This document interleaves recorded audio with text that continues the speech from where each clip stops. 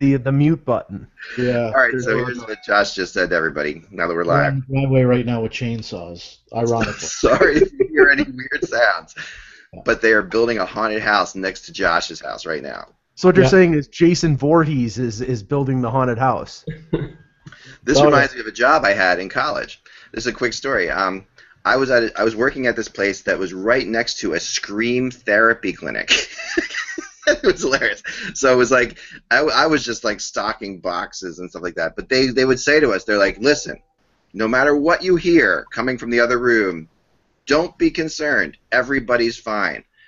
You know, and it literally you'll hear things that sound like people are being, you know, dismembered and just torn to shreds. Don't worry about it. Whatever they're yelling, whatever words come out of their mouths, it's part of the whole process. So all summer, we sat there and just heard blood-curdling screams, like the kind, and got immune to them as time went on, to the point where I was kind of concerned about them. I was going to ask if Josh lives next to the new Markham Arena that's going up. If that they're already calling it the House of Horrors. Is this the place next to you, Josh? That's what they do every year, yeah. Wow, you got a crazy neighborhood. Wow. Hey, I've got a college job story that let's hear it. Taught me about life, and that is I went to work. I was so this would have been 1977 maybe, and it was in fall, and I needed money, and I went to UPS. It was one of the highest paying gigs you could go to. Like in the 70s, they were paying $11 an hour or $10-11 an hour, and but you had to go at 2:30 in the morning and unload trucks. So I go to hire in at this place, and the guy's the nicest guy in the world. He said, you and another guy will unload 40-foot semi-trailers, all the boxes in it. You got to do it in about an hour and 15 minutes. He said, it's a lot easier than it sounds. Hour and 15, the two of you, there's a conveyor belt, it'll be fine. I said, yeah, that sounds good. I was in good shape. I was young. So I get there, and the first thing I do is I meet the union guy. And the union guy brings me in, and he said, hey, this job, it's fun, you'll enjoy it, you get this semi, but whatever you do, do not unload those trucks any faster than an hour and 30 minutes. He said, we have some older gentlemen here, and we don't want to, they have difficulty meeting those standards. So we tell everybody what you shoot for is an hour and 30 minutes. I said, cool, I can do that. It's no problem. So then they take me in to meet the foreman. And he shakes my hand and he said, there's the truck. You and another guy, you got to unload that thing in 45 minutes or I'm going to bring somebody. And that was my introduction to life. That's it. It has it all. Yeah. Deadline pressure. Well, that manager must be the same manager that was my boss at McDonald's for the one day that I worked when I was 18, where they told me, you've got to make 12 Big Macs within 2 minutes, 3 of them without sauce, 2 of them without pickles, all the different variations. And I'm like, I'm good at eating Big Macs. I'm not good at making them. And I quit after one day. Oh, man, you learned. That's so funny. Well, I lasted 12 weeks and 4 days because once you hit that 5th day, then it would have been 13 weeks, and then I would have been officially in the union, and I would have gone up to like $18 an hour. So back then, you'd get fired the day before you qualified to get in the union, and then so they laid me off. They laid me off after 12 weeks and 4 days. Isn't that exactly what unions are for? Isn't that why they're formed, for that kind of stuff? That that. All right, let's talk hockey. Let's talk hockey. I love it. That's amazing. Great story. All right, it is the 16th. 16th. It's a Thursday. It's a Thursday, and it's 2014. Feels like a really long week now. So they made it. It's still not Friday, though. Remember that, It is still not. I know, but since I told everybody I thought it was Friday yesterday, doesn't it feel like a long week to everybody when I say Thursday? Yeah, thanks for that, Act. Thank you. Yeah. We all needed that. That was most helpful. So. Just what I need is the week to feel longer. That's all I need. All right, let's do it in this order. Let's do Mike, Ryan, Kevin, Josh, like that. All right? Okay. Smiles, everyone. Hello, Hockey World. It is Thursday, October 16th, 2014. I'm Michael Agello. I'm Ryan Garner. I'm Kevin Allen of USA Today Sports. I'm Josh Rimmer. And I'm Eklund, and those blood-curling screams you hear coming from next to Josh's house are just a haunted house, not some sort of whacked-out experiment that he's got going on there. No, he lives next to the Edmonton Oilers. No, Yes. Too soon. He lives next to a haunted house somewhere. Anyway, gosh, guys, it's well, speaking of those Edmonton Oilers, let's just start there, Ryan, because we've got you today. And finally, the Oilers didn't give up 5 goals in a game. They gave up 6. So what's going on here? I mean, God, Scrivens just looks terrible to me. It's horrible. It's a vicious cycle because you have a defense. You don't have an NHL caliber defense, right? Right off the bat. And so this team, they're giving up high-quality scoring chances. Last night they had guys like Lauri Korpikoski and Rob Klinkhammer skating around looking to pad their stats, right? Because they look at that Oilers defense that's completely overwhelmed, and they're saying, all right, my agent's going to love me after tonight, right? I'm going to add a few assists, maybe add a goal or two, because the Oilers defense just they get caught watching the puck, and there are so many open chances and just giveaways right in the slot that turn into easy goals. It doesn't matter who you are. You don't even need to have finished to score against the Oilers, because when the breakdowns happen, they are so obvious, they are so complete that there's just no way to avoid goals. And then when you have goaltenders who have no confidence in their defense, it's a vicious cycle because the defensemen don't have any confidence in the goaltender, and so you have these two sides who are just in complete opposition to each other. And then you see Ben Scrivens last night gives up a few bad goals, one on just a ridiculous backhand from the top of the slot that trickles down through his pads for the 6-4 goal at that point, and it's over. It's done. There's no way to come back from things like that because it just totally demoralizes everyone on the bench, takes the wind out of whatever momentum you're trying to gain. And that's been the same old story for the Oilers through 4 games, giving up 22 goals, and there's just no relief in sight. Yeah, I mean, this is like the Oilers of the 80s, except those Oilers of the 80s would have scored 35 goals by now. I wouldn't compare them to the Oilers of the 80s because that team actually, when they wanted to, could play defense. Like the Oilers' defense was in that era was actually underrated. Like they gave up a lot of scoring chances because that's the way they played. But in the postseason, any older Oiler fan knows they played a different style of game. That's sort of how I learned, how really the NHL is played. You play one way during the regular season, and then you have to adjust, and they did. Now, they didn't become the what we know as the defensive zealots of today in the playoffs, but they were tighter and they took fewer chances and all that. But this year's edition of the Oilers to me almost feels like self-fulfilling. We expected this team to be better this season. We thought that Fane is a really solid defensive defenseman. He's been coming out of a system where they're always careful. He's coming out of the New Jersey system in terms of giving up scoring chances, and yet he's moved into a defense that simply I don't think has any confidence whatsoever. Like they just play as if they expect to give up scoring chances, and this is the most disturbing thing. This is against an offensively challenged Arizona team. I mean, this is not the the LA Kings or the Chicago Blackhawks. I mean, this was a team that should struggle to score goals. So,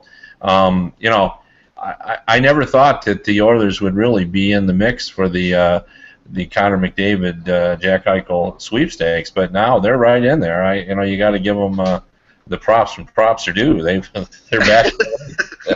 They're going to set some sort of record. Yeah. So I really thought they were going to be better. I mean, I never believed they were going to make the playoffs, and all I can think of still is, you look at how quick Colorado turned around, and look how long it's taken for Edmonton to turn around. And there's some very skilled players on that team. And if Jeff Petrie has another couple nights like he did last night, we talked about him yesterday, if he goes -3 in 14 minutes of ice time, he's going to be lucky if he gets picked up on waivers, let alone traded. I mean, you know, you look at, and I'm just looking at the box score because I watched a little bit of this game. Mark Arcabello plays over 20 minutes. You know, Justin Schultz plays 27 minutes. Nikita Nikitin plays 25 minutes. You know, not to say that was the, you know, the reason for the defeat, but, you know, you've got all this talent. You've got all this offensive talent, especially if you're going to give heavy minutes. You would think you'd be giving heavy minutes to guys like Hall and to guys like Eberle. And, you know, when Mark Arcabello is leading your team in forward ice time, that's a little scary.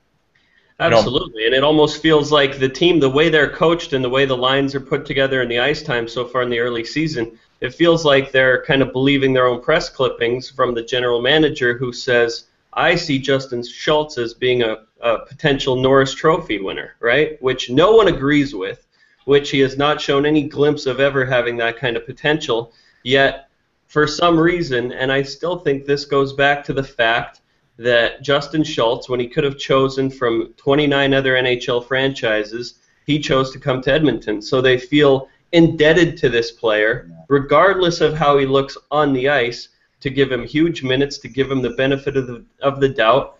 Made Jeff Petrie a healthy scratch 2 nights ago against the Los Angeles Kings. Petrie comes back in the lineup and he looks horrible, right? But then again, who doesn't look horrible last night? I mean, it's just it's a debacle all over the place. That's a great point. I mean, he looked awful because he was with an awful team. I would argue that if you plug Petrie into the New Jersey Devils or the Boston Bruins, he would look completely different. You know, I think you get on that team and you start to doubt.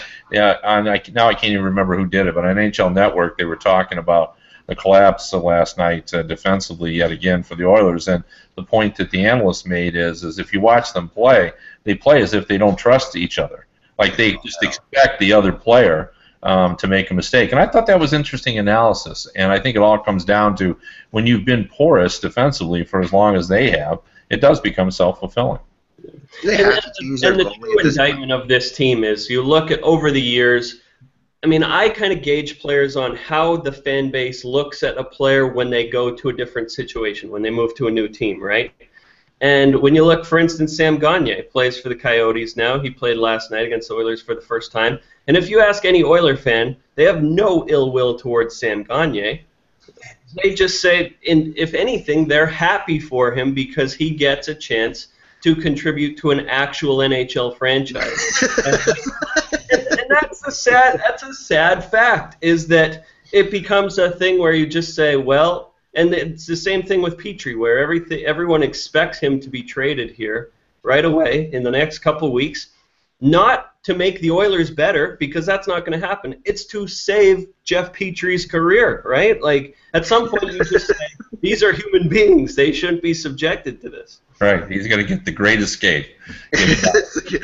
Well, you know, and my phone lit up last night after this game because I have a couple really good sources in Edmonton, and yeah, there haven't been many rumors this year, but I finally, you know, there's finally one that I really trusted, and this was that, you know, that the Oilers were heavily scouting a Coyotes defenseman last night in Mikhailuk, you know, and that this made sense to them, and he is a defensive defenseman. He's not going to rock the world, but he's a good shot blocker. He's a good, solid defenseman.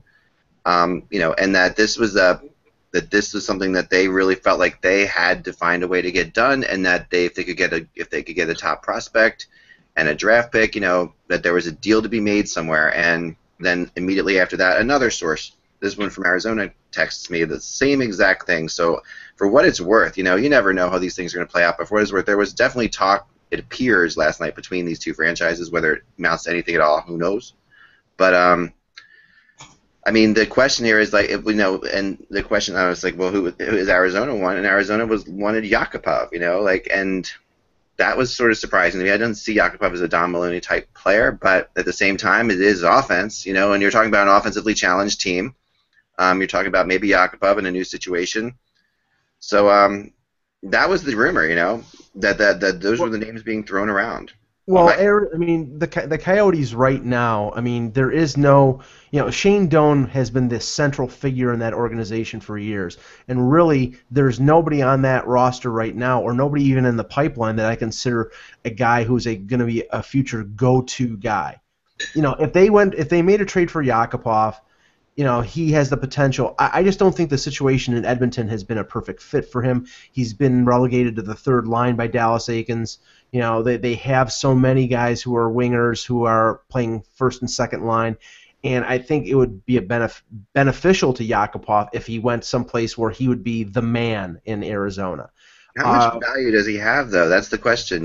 Well, his value is down, Ak, but the thing is, Zdeněk Michalek is basically a 3-4 or maybe a 5 defenseman. He's a veteran. He's a shot blocker, as you said, but he's not. He's not what Edmonton needs. What Edmonton needs is a top 2 defenseman. See, I disagree. Because this is the thing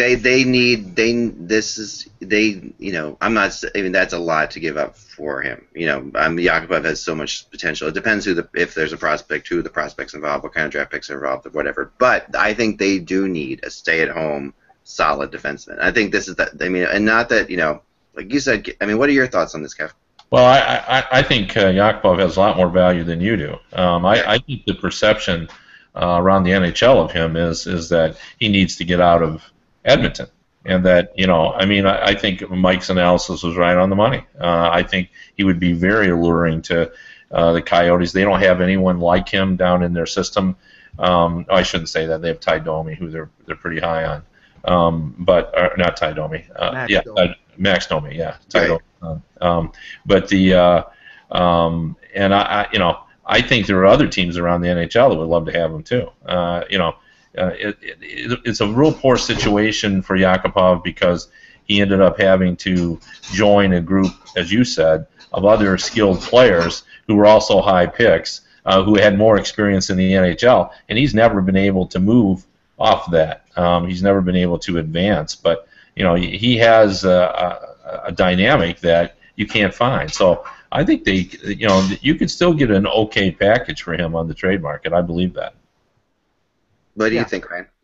And he's looked good in the early season. He's one of the few Oilers forwards, despite all the defensive woes and everything. He showed a lot of jump. He's shown to be a dynamic playmaker. He's getting into the right spots. And the difference with the Oilers this season between last, the goaltending's just as bad, the defense is in shambles, but Yakupov is not being singled out as the guy who's responsible. This time last year, going into the 5th game of the season against the Maple Leafs, he was a healthy scratch, and that move wasn't announced until minutes before playing the Maple Leafs at the Air Canada Centre on Hockey Night in Canada. So, I mean, that put all the focus on Yakupov early as he was the scapegoat. It showed that Dallas Eakins clearly didn't know what he was doing, didn't know how to manage the room, didn't know how to manage the personality, didn't know how to get the young winger to buy into the system, whatever the system might have been at that point. I mean, they were 4 games in. But this year, Yakupov is not being blamed for anything. He's not part of the problem. He's part of the solution there. However, he is the bargaining chip the Oilers have, simply because they have the big 3 of Nugent Hopkins, Hall, and Eberle, who are all signed long-term to $6 million per year contracts. Now, are they worth that kind of money? There's an argument to be made, but the assumption is that they will be worth that money. Right. When you look at their contracts, don't expire till after 2020 for each of those guys. Right. So Yakupov, he's not signed long-term. The fan base isn't necessarily in love with him the way they are some of the other guys on the team. It wouldn't be a huge loss to the team if they moved him out at this point. And I still think you could get a very good return for him, but it would have to come with a top 2 defenseman. I mean, it's obvious.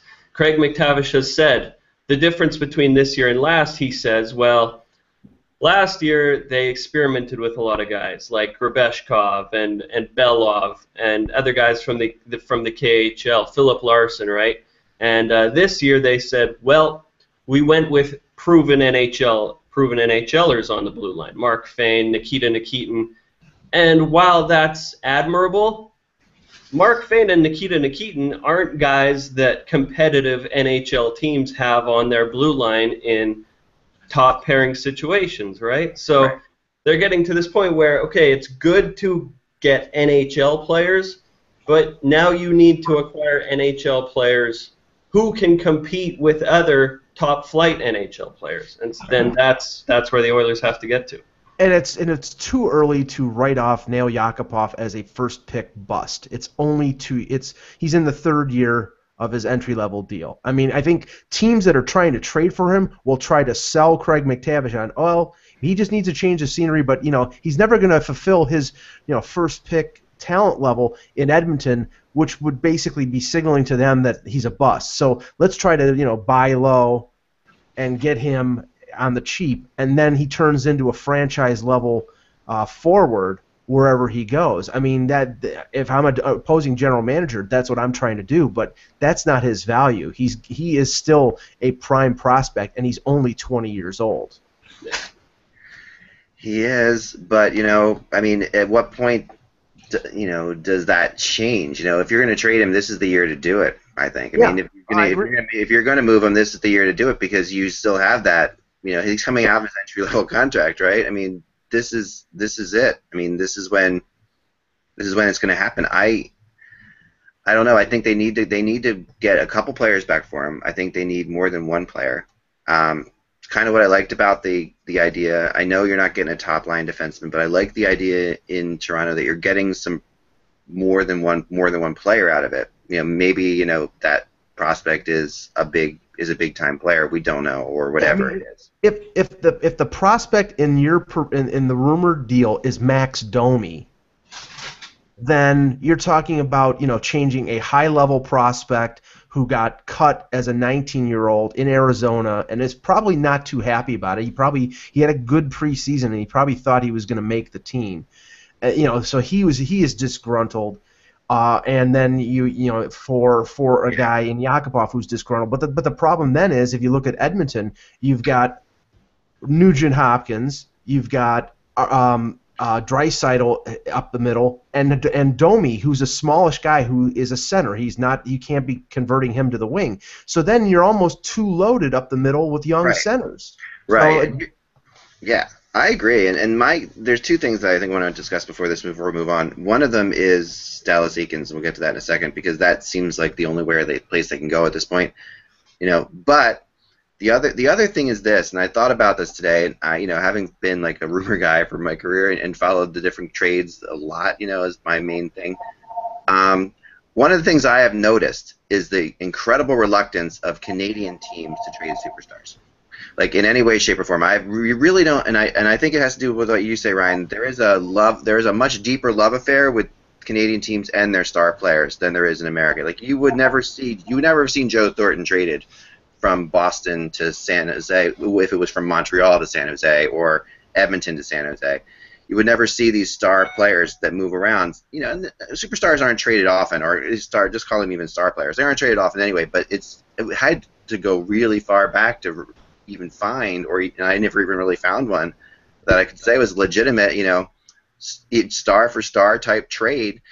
It feels like Canadian fans push so hard that the teams have a lot of pressure not to move these guys. Well, wait, Eck, are you saying Jimmy Carson wasn't a star? Seriously? All right, there's the one, right? Matt Stajan wasn't a star? Come on. All right, Wayne Gretzky is the one I could find. But, that's completely opposite. Obviously, it's very different, right? But, find me another one. Find me another time. Like the Sagan trade's an example. If Sagan's on a Canadian team, does that trade ever happen? Yeah, they didn't, Louis Eriksson has been considered an underrated player for a number of years, but I don't consider him a star, so that's not even a star-for-star player, a star-for-star trade. So you're bringing up, so Mike says in our little chat room, Spezza, Luongo, Phaneuf. All right, let's go through those guys for a second. Spezza was as good as gone anyway, and that took them, that was a 5-year painful breakup before they actually did it. That's my point, Ak. I think Canadian teams they marinate on the star players. If it's a long and drawn out process to finally get them traded. Luongo, how many webcasts and podcasts that we talk about Luongo? It was just sickening. And Spezza too. Phaneuf came about pretty quickly, but it was still surprising. It was still surprising that they moved him. But when they brought in Bouwmeester, and they had two $6 million defensemen. Sort of the writing was on the wall. So, but I think the Canadian teams hesitate longer to move their star players, and I think nowadays the reason is because they're going to have a tougher time replacing them. The perception of teams in Canada being able to get star players, maybe that's why Bobby Ryan got signed for more than he should have. I mean, again, Jeff Carter, Mike Richards got traded out of Philly. Would that have happened? But those aren't Canadian franchises. No, I know, but would it have happened if they were on the Maple Leafs? What do you think about my theory, Kevin? Because there is the belief, especially in Canada, Canadian teams have an interesting conundrum because, first of all, it's weird that they get attached to these star players because they don't even need to have any star players on the roster to sell out the building every night. Right? Yeah, that's exactly something U.S. teams don't face. The second thing that's strange is that you have this belief that you have to draft your team, right? Right. That I totally agree with. No other way, and I think that's true more so for Canadian teams because, well, the climate and the media attention and all the fan attention. There's the belief out there. It doesn't matter who you are. What's the most marketable Canadian team to free agents? I would argue that it's either Toronto or Montreal. And even those teams, there's the belief that free agents don't want to play there. Right. And there's, someone in our chat room, someone in our chat room brought up Kessler, and again, that's a situation where a guy basically was asking to be moved. So that's a different, once you ask to be moved, then Canada will break up with you. But and also he's an American. So Kevin, go ahead. You're up. No, that's the point I was going to make. Under special circumstances, they'll do it. I mean, obviously Calgary parted with a very popular Jerome McGinley. Years back, the Oilers dumped Messier, Coffey. The list goes on and on. But that was salary dump. Situations. There is a reluctance, I think. Hossa, obviously, the Ottawa Senators moved in a big deal. That's a big one. Yeah, as well. So, I mean, usually it's circumstances as opposed to, trying to make the team better with a one-on-one. It's usually, they almost feel like they're forced into it for whatever reason.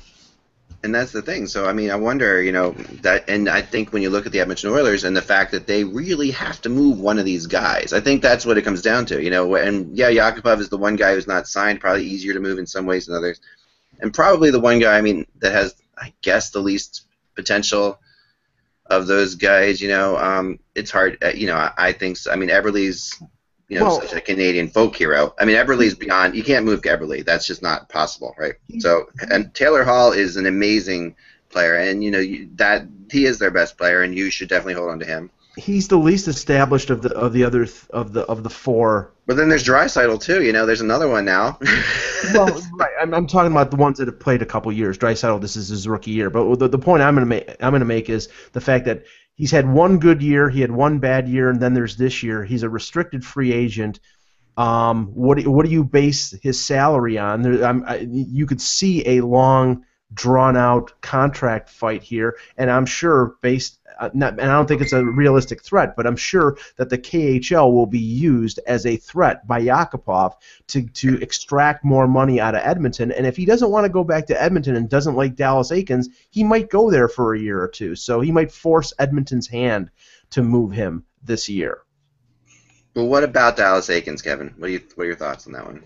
Yeah, well, the one element that's missing to all this is it's we say defense is the problem, but we've also seen in the last few seasons, like the New Jersey Devils got to the Stanley Cup final with a no-name defense. They didn't really have a top-pairing defenseman. I mean, it's possible to do that, but you have to have the right kind of team to do that. I mean, my point would be, right now they have a patchwork defense. That's how it seems to me. And bringing in another like Mikhailuk just seems, you're just adding another patch where, getting a premium defenseman sort of changes the whole look. So, that's one way to approach it. The other thing is I've always felt that they've not had the right supporting cast to go with those premium players. And, that's a major difference, in my opinion, between Colorado and Edmonton in their rise. They've had some veterans there. You made the point yesterday, even new ones they've added now with Briere and Iginla as well. So, is Eakins the problem, or is it the personnel? Like, how could this guy who was pretty revered, as we all recall, he was a hot property in the marketplace. He was the AHL coach that everyone wanted, and everybody who watched his teams in the AHL said, this guy is marvelous, and he's ready to go. So now he goes to Edmonton, and he can't coach? I don't know. I find that hard to believe, and I don't think that it wasn't that he couldn't make the jump from the AHL to the NHL. It seems like the mix is not right there, and it hasn't been. And, it's almost like an experiment that goes on out there. Every year, they add more or take away more trying to find the right formula, and they haven't even come close to finding it. Well, we all remember how brilliant I was because I picked this team to make the playoffs as a third seed. And say, but so what you're saying, Kevin, is exactly it. I mean, I actually thought that getting Puyat and getting Purcell, I thought they were getting those kind of players finally. I felt like they were actually getting those extra complementary players finally to their team in the right possible way. But now, yeah, and they haven't been playing terribly. Those guys, I mean, they're not really the problem either. When you look at the team, it's exactly what you and Kevin and Ryan have been discussing, and it's this confidence issue. It's the fact that there is no confidence. There is no belief in there, and at some point, even if your coach is awesome, that's the only way to change that. I mean, it's the only way to change that around. It's the only way to move that confidence. I mean, and that's no. So what? So who's out there? Dan Bylsma is sitting out there, right? And let's ask ourselves, okay, Dan Bylsma, would he go to this situation? First off, I wonder. Well, here's another factor to throw out there too. Yeah. One of the reasons why, historically, when you bring in a new coach, and let's just use last year for example, the Winnipeg Jets, or even Craig Berube. What happens when that new coach comes in? Usually the team improves, and generally they improve because he knows that the only way he can really have an impact is to make the team better defensively. And Maurice did that. Certainly Berube did that for sure. So my point is, why hasn't Eakins been able to do? That's the one element that I think speaks to the idea that maybe he wasn't the right fit, because it seems like quality coaches can make teams better defensively by simply changing the system they play, and that has not been the case obviously in Edmonton. Well, and in Edmonton, everyone is learning on the job. Craig McTavish is a first-time GM. Dallas Aikens is a first-time head coach. Ben Scrivens is a first-time starting goaltender. Ryan Nugent-Hopkins. No one has any pedigree. No one has a resume longer than your index finger, because no one has succeeded in their position at the NHL level before. No one. I mean, no one in the whole organization. I'm just not buying that, because Cooper moved down to Tampa Bay just as Eakins did. He went right from the AHL. He stepped in, and he got the job done. And Steve Yzerman was not a GM before he was a GM. He stepped into the role. He had a background in the game, just like Craig McTavish. I mean, McTavish was a longtime coach. So I get that argument, but I'm just not sure that I accept it, because there's been too many instances when guys are able to do it. So. And the one, Eakins succeeded, even though it was under the radar with the Marlies. He succeeded in Toronto and had a lot of attention on him. So you would have thought that he would have been the perfect candidate for a Canadian city that had day-by-day pressures like Edmonton. But it just seems to have decompensated in a little over a year. Let's also not forget that we're still only a little over a week into the season. And, sure. I know this is what we do, but yeah, it's just. But could they turn it around? Who knows? They've had some injuries, and they got two guys adjusting to four guys adjusting to new teams and so forth. So let's see what happens. I mean, so often in this league, and the Calgary Flames were a good example of that, and the Winnipeg Jets. I mean, they were much better late in the season. The Calgary Flames were suddenly, were terrible, and then they were highly competitive at the end of the year. So, right. I suppose they could pull it together, but. Well, and I think also what you're seeing is, because Edmonton, they kind of based a lot of their roster decisions during the offseason based on what had happened down the stretch last year when Scrivens and Victor Foss came in and they played well, and you had a look at some young defensemen and they played well. But the difference was, right now, the first couple weeks of the season, you are getting the best these teams have. All the players are excited to be back on the ice. They're getting the band back together. Everyone's fired up. That's and true. then you go through this lull where, okay, the novelty of the new season is worn off. We can slack off. Teams kind of have their place in the standings figured out. And in Edmonton's case last year, they were eliminated from playoff contention by November 1. So everyone who played the Oilers knew we could kind of take the night off. And so that, I mean, by the time March rolls around, yeah, guys can look pretty good in their role because they're getting most teams' B squad because they're gearing up for hockey that actually matters in April. And now you see what the Oilers are when everyone's got the live bullets going the 1st of October. It's not pretty when you've lost one game in a shootout and the other 3 have come by at least 3 goals. It's pretty telling. Let me make one more point about this before we probably move on. Yeah. You had to pick between having the skill available to you on the Edmonton Oilers or the Calgary Flames. Who would you take right now? I mean, the Flames have Giordano, they have Monahan. Yeah, he's a real good player as well. My point, Gaudreau, but he's a younger player. Yeah. But my point is, the Edmonton probably has more skill right now. I mean, they don't have the high draft picks that Edmonton's had, and everybody agrees those players have a lot of potential. And yet, look at how Calgary is playing as opposed. And the difference is that Calgary, starting at the middle of last season, just really feels good about itself. Like they don't have a lot of depth, and everybody believes they're going to be near the bottom, but they come out and play sharply. They have their goaltending is better. Hiller is an upgrade, and they got a great they've had solid goaltending throughout the season. But it's amazing to me just how the confidence levels of those two teams are so dissimilar. And Hartley, a very old school coach, not modern in his approach by any stretch, but just getting in there and getting on guys and getting them to perform. And he's perfect for a Brian Burke team, but it's amazing. You nailed it. That is nailing it in my mind. And this is the thing. And I noticed this the other night in Philadelphia with another struggling team. Is Calgary is made up of a lot of third and fourth line type guys. They're playing this keep it simple, stupid hockey, right? And they're doing their thing. And when have you ever noticed that when a team's struggling, how much the announcers talk about how good the fourth line looks? Like this is something that.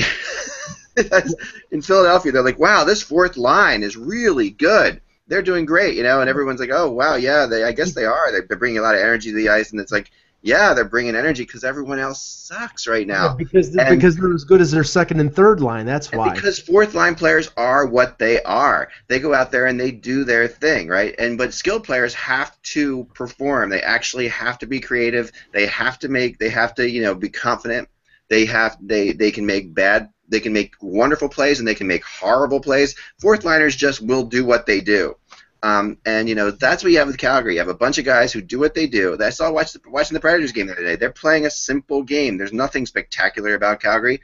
They were getting good goaltending, but Edmonton's system is very complex compared to that. And especially with what's happening and what's expected of these players. I mean, I think that if you brought a Mike Keenan or a Ken Hitchcock in there, they would go to keep it simple, stupid hockey. They would play defense, like you say, and they would make that happen. Well, and maybe that would be good because the star players would have the pressure off them. But the problem is how it's made up. Mike? Last thing on this, to Kevin's point, Calgary is building a team. That old baseball analogy about strength up the middle. Have a good defensive catcher, have good pitching, have a good middle infield, and a good defensive center fielder, and you win. Well, in hockey, it's the same. If you have good goaltending, if you have a top two defense, if you have strength up the middle at center, it's the same thing. And where are they drafting? Monahan up the middle, Sam Bennett up the middle. You've got a top two pairing of Brody and Giordano, and now you have Jonas Hiller, who's a solid veteran goaltender. And they will build around that. You add the Gaudreaus, you add whoever they draft next year with their first-round pick, and you acquire talent and you bring that around that. The problem is Edmonton really didn't build their strength on defense, at goaltending. Ryan Nugent-Hopkins is a smaller than average center. At least he plays small, unless you're talking about fighting somebody. So I mean the model for building that team was done incorrectly, and now the Oilers are ruining the day. So they'll be all right. I mean, it is very early, and I still think they're going to make the playoffs because I have to think that. And this is why, I think that. Not because I have to think that, because I honestly felt like this Oilers team had to make the playoffs, or it was going to be absolute disaster. I felt like they were at that point in their development as a team, and that's why what's happening now is very disturbing, because they're in the Western Conference, and you can't just get off to a horrible start in the Western Conference and survive. Sunshine and lollipops, Act. I'm sticking with it, guys. They're going to finish ahead of the San Jose Sharks. You heard it here first, and that's going to happen. And the Sharks look amazing. So, but like we said, only 4 games in. So Josh, sorry, Josh has been Josh is living his own personal hell right now. As they're next to him, they're building a haunted house. If you're just joining us, and he just texted that they're cutting off the heads of mannequins with a chainsaw. And right now, as we go along, and now they have screams. What's going on, Josh? Are you okay? First of all, we got to make sure you're all right, right? You're not in any danger. No, I'm not in any danger. So that's just happening as we speak. Yeah, I've been putting on mute most of the time because they're testing that thing out. So, well, this is the perfect time to talk about Ted Nolan. They're getting ready for this haunted house. It actually gets a lot of people. It's for Sick Kids Hospital. They actually get more people than a Florida Panthers game, but we won't go on. Oh, let's talk about the House of Horrors in Buffalo, Josh. Yes, in Buffalo. No, we are non-ripping on the Panthers free zone here. Not at all. All right, let's go, Josh. Sorry. But let's go to Ted Nolan, who again is kind of in the news with another sort of crazy statement. Yes, Ted Nolan, I think Ted Nolan might be trying to lose his job between his Pee-wee comment the other day and today at practice being asked about the benefits of having Zadorov being in Buffalo, and his response was, "I can't answer the question straight up, but we're trying to do our best with the situation." Woohoo! Like, is he trying hard to piss off Tim Murray here, that Tim Murray basically fires him? Like, I don't understand what's going on in Ted Nolan's mind. Here's my theory. If you're dating a girl, right, and you want to, and you really don't want to be with that girl, but at the same time you don't want to be a jerk. I'm going to use the word jerk. You have to do everything you can to pretend to not be a jerk. And I think he is going out of his way to prove that the Sabres aren't tanking. He's not tanking, obviously. Ted Nolan's going for it. You know, we talked about before. He's not in his head, and he wants everybody to know that. So I think these statements are about that. That's my theory. That's my little psychological thing on him, that he needs. I think Tim Murray's getting angry that he seems like he's kind of throwing him under the bus here a little bit. Yeah, but otherwise, I mean, if he doesn't, Ted Nolan surely will be thrown under the bus soon enough, because. Kevin, what are your thoughts on this? I have 2 thoughts. It could be an entire conspiracy of the Buffalo Sabres of trying to prove. I mean, I saw that Tim Murray was quoted as saying, you wouldn't believe we were tanking it if you would have saw me reacting to our last loss, wherever he was located after the game. And, maybe Ted Nolan is saying these things with the good graces of the organization just to put a stamp on that whole idea that we're not taking it, that he really wants to. But saying all that, I mean, geez, it's just a bad message to send. I'm sure the players were not happy with the Pee-wee comment, and it just comes across as, especially with Ted Nolan's history. I mean, he was always reputed to have, not have his general manager's best interests at heart. And now I hear this comment and I wonder. And the other thing too is do we believe that Ted Nolan will still be the coach when this team is really ready to contribute? Because generally the coach who's the coach during the rebuild, and this has nothing to do with Ted Nolan. This is just the way it's right. The guy that's there for the rebuild is not there when the team crosses over and is ready to compete. So he's the guy in the red jumper in Star Trek. He's the first off the plane. Like, he's the first Chief off the Security spaceship. Officer Wilson. Yes. Right. And the other element is that this was not Tim Murray's guy, obviously. That's true, so factor all that when you factor all that in. But yeah, I mean, it's best in these situations not to say anything that will put up any more red flags. But I guess there's 2 ways of going about it. If you really want to get the high draft pick, there's official tanking when you try to lose, which I don't think any team in the NHL would attempt to do, and then there's the way that's accepted, which is you just go into a major rebuilding effort in that season, and I think that's where Buffalo is. And I think the first thing you said is absolutely right. I think they are. Nolan and Murray are trying to win. They are. I really do believe that. I do believe that they're trying to win to a point. Perhaps they're not going to go out and sign. I mean, they gave Andre Mazaras a $4 million contract. At that point, I was sort of lost. But there's certain things that they've done that are very confusing. But at the same time, I do think that they feel, and they're obviously listening to Buffalo radio, which every day talks about, Connor McDavid and how we're going to get there and da-da-da-da-da. Yeah. And this has got, I think these quotes are reactions to that, like trying to say, listen, we are not trying to do that. We are not screwing. So he's going to say, has to say more outlandish things all the time to prove this point. And the other element of that, now, if this was Ken Hitchcock saying these quotes, what would you think? That's the way I thought about it. Because Ted Nolan is a smart guy as well, obviously. So if this is Hitchcock saying these things, what would your reaction be? So if I told you Ken Hitchcock had these quotes, what would you say, Kev? Yeah, he wouldn't. So it's hard for me to, he wouldn't do that. So okay, yeah, he wouldn't do that. But if I have heard him when he does stuff like this, there were some things in Philly that were pretty crazy about Richards and Carter at some points. And when he did this, it was not really about Richards and Carter. It was about taking the pressure off the team and distracting it to him. Right. And if Ken Hitchcock did something this, I would say he's got ulterior motives. Exactly. Planned. This is scheming. Right. Something going on, and this is all just part of the plan. So. Right, so that's the thing, right? So, could Ted Nolan be doing that? Could Ted Nolan be conscious of what he's doing here and just trying to make people not talk about the fact that they had as many shots as Steven Stamkos did the other night for the entire game? Well, ironically, they did beat Carolina the game after the Pee Wee comment, so it had the motivational effect that it apparently intended. I mean, but the situation that was Carolina, like we talked about, that Carolina team. Is I know, but the way they looked against Anaheim, I didn't think they could beat another NHL team. The first 3 games they were horrific. They played better against Carolina, who's in the same boat that they are. But the problem is that Mikhail Grigorenko played better than Sam Reinhart in the preseason.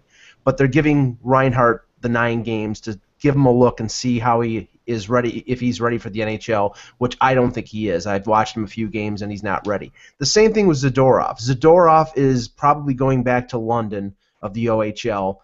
They have guys like Mark Pysyk, a former first-round pick, and a few others who they could, Jake McCabe, who they could play, who probably had better camps. Zadorov had an incident in training camp that they were saying there's no way he's going to make this team.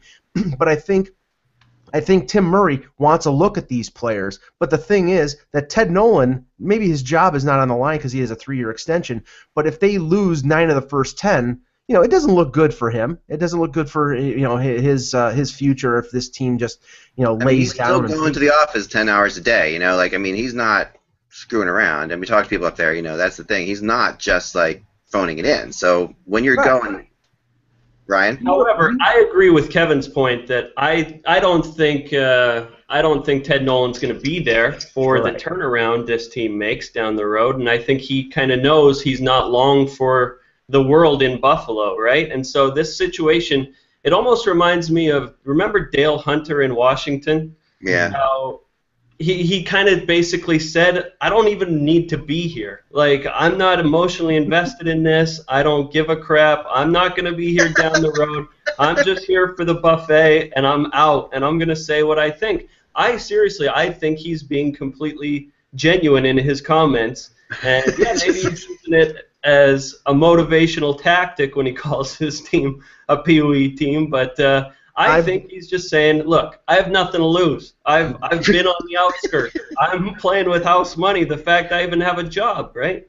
Yeah, I got a one-way ticket back to London, and I don't give a crap. But no, right, let's get to some good news before the end of this whole thing, because it's really been kind of a downer show, although very entertaining. I appreciate that. Nothing gets more entertaining than talking about the woes of Edmonton and Buffalo. Let's just put it out. This is a layup. So anyway, all right. So Jonathan Drouin has been sent to the AHL for conditioning.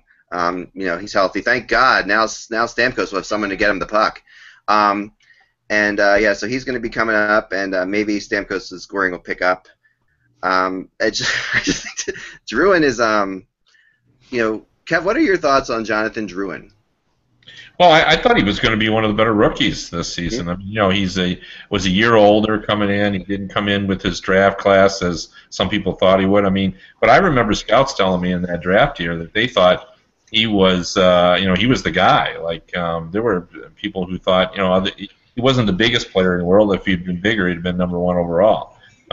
But he's highly skilled, and he has a sense and a vision. And as you said, because of that, I think people see him as a perfect complementary player for Stamkos, and I think people expect him to have a major impact even as a rookie.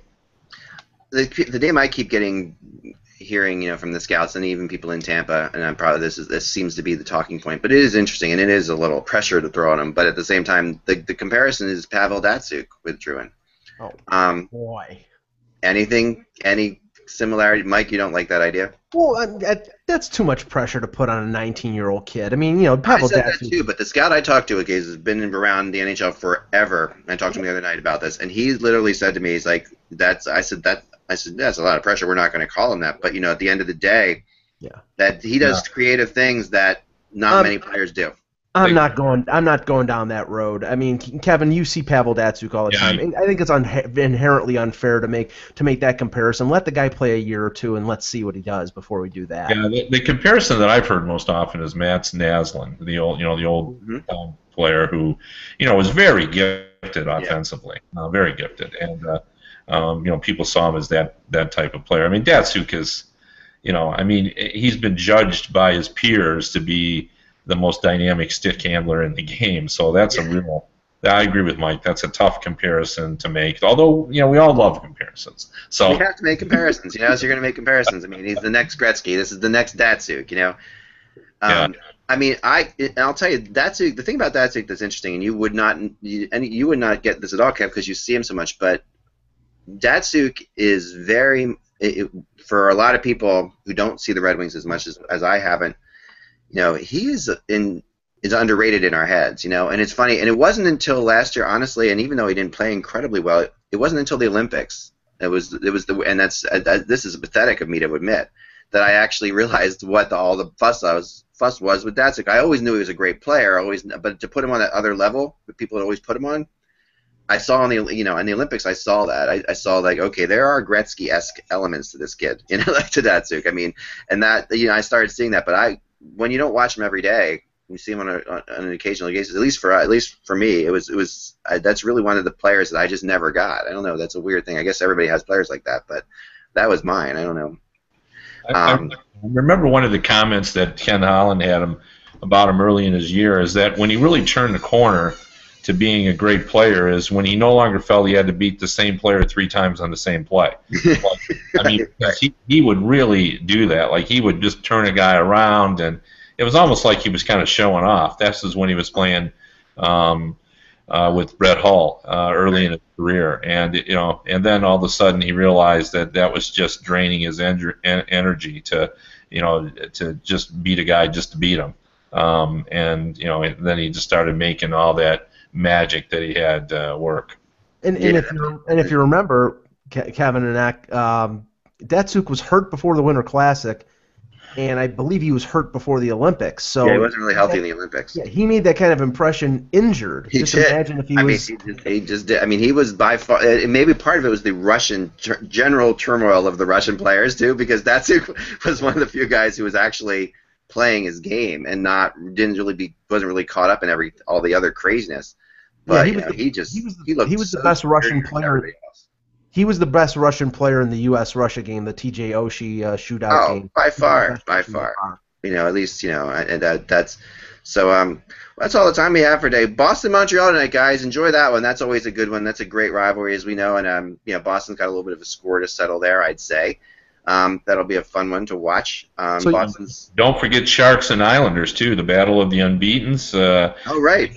Did any of us think that we'd be talking about a clash of the Titans early on when the Sharks and the Islanders play? But I think both of those teams have exceeded expectations, and Stalock's going to play in net for the Sharks tonight, and I think it's going to be a good tilt.